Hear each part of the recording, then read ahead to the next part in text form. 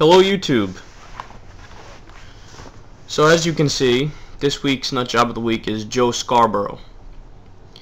And the reason why he's getting it is because on his show, Morning Joe, earlier this week, which is basically a news slash opinion type show that comes on in the mornings and is, I think, on for a couple hours. It's on for like 3 hours or so. On his show, they spent a great deal of time discussing issues that are blatantly unimportant to the American people and definitely fail to qualify as news. It was certainly more in the entertainment category. And don't get me wrong, I would under normal circumstances, if the show was created in order to be that type of a show, I would leave it alone.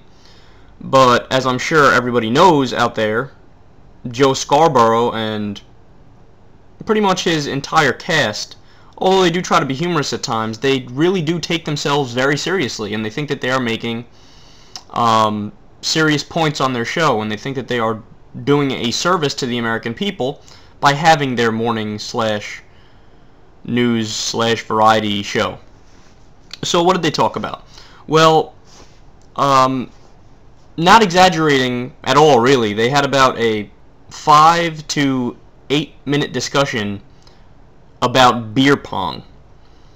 Now, none of them knew what it was, so they just kept talking about it, and the relevance of it, I don't know. Your guess is as good as mine. And then after that discussion about beer pong, they had a Obama campaign advisor on the show, and they apparently, the media that entire day was trying to make a pretty big story out of Bill Clinton not openly wanting to support Barack Obama and I guess go and do rallies with him and whatnot and go and give speeches about how great Obama is. Bill Clinton hasn't done that yet and doesn't really seem like he wants to do that yet. And what the media was trying to do was take an interview that somebody had with Bill Clinton and blow it out of proportion into this whole hate thing, like Bill Clinton hates Barack Obama. And what the Obama-McCain advisor brought up was, well, maybe we're being a little bit too sensationalistic. Maybe the media is actually searching for a story. Maybe this really isn't that big of a deal, but these 24-hour news stations have to find stories that get people's attention to keep their ratings up, so they're going to do that. Now, Scarborough and the female on his program and the other young male on his program basically laughed and mocked at this idea.